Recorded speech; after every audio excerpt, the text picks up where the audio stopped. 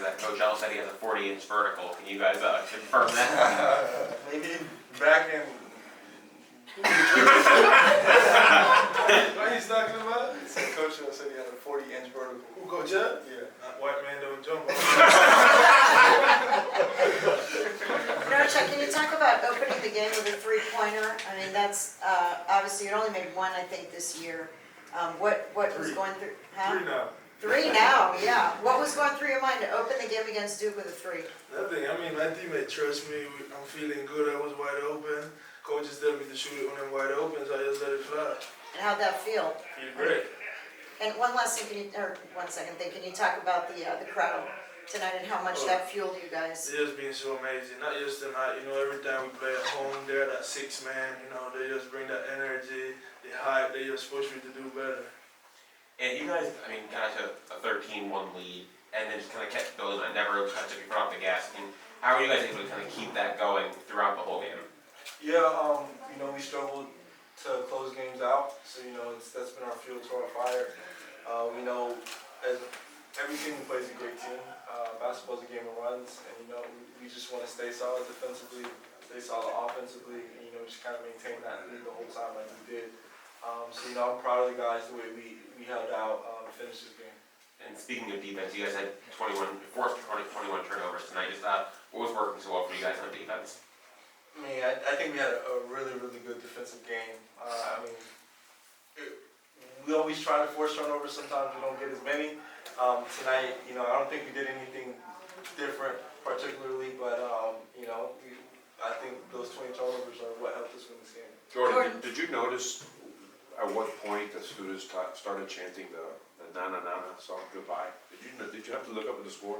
I didn't look up at the score, but I know I think it was one of their guards was shooting a free throw, and It was like 4.5 minutes. 4 minutes, oh, yeah. 4 minutes left. 4 minutes left.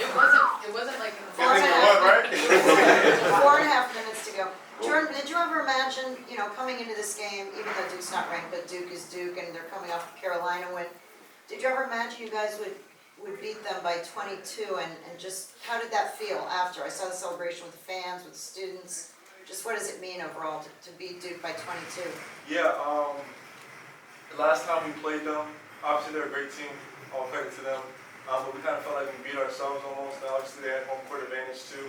Again, they're a great team, but we knew we still had a lot to prove, a lot of respect to gain tonight. I think that's what we came out and did. 20 points is a lot of points, but I'm just proud of the guys. We came out here and just handled business.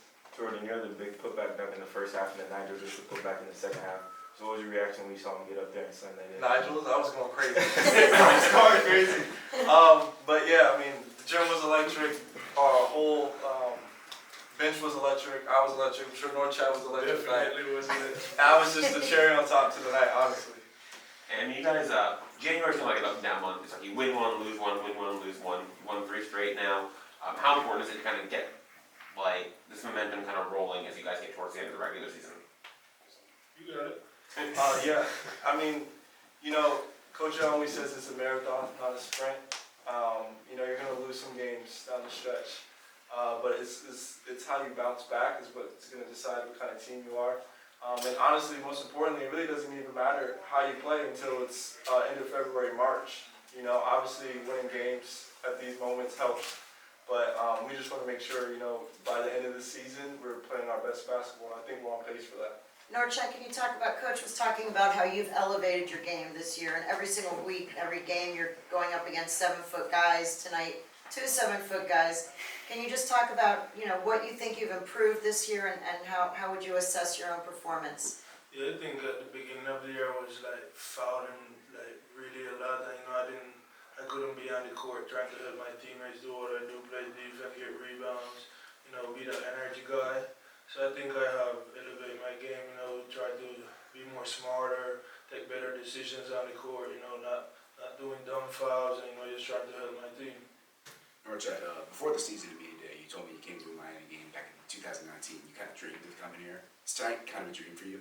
Yeah, definitely, man. Anytime you hear about college basketball, the names that come to your mind is Duke, North Carolina. Then come playing for Miami, beating them. I mean, there's not a better feeling than that.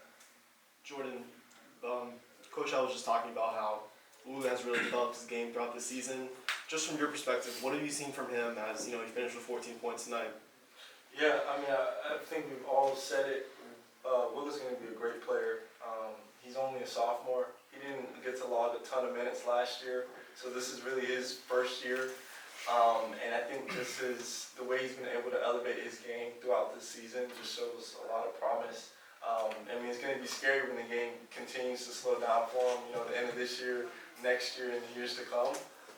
But I think, he's going to be a primary player for Miami in the next couple seasons. Have you seen his confidence really shoot up as the season has progressed? 100%. And we just had a talk, me, him, and Norchad about how the game's been slowing down for him. But, I feel like Will has always had that confidence. It's just a matter of when he gets his opportunity. But again, he's showing out. I just saw a stat whenever he scores double figures, we're 7-0. So, we looked for him to make open threes, play well defensively. That's one thing he's really been doing. He's had a lot of tough matchups these past couple games. But honestly, the sky's the limit for him. How big are these last 2 wins? Closing out the last 5 minutes of Clemson and now coming back home and beating the doors off the league.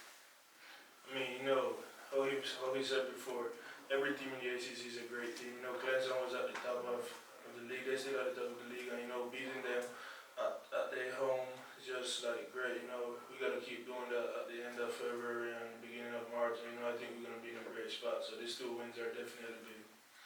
Jordan mentioned a couple weeks ago over Zoom that win at Duke last season was your favorite win ever. Does tonight top it? Tonight doesn't top it. Because they were ranked 2 last year. You know what I mean? And it was my first time playing at Cameron.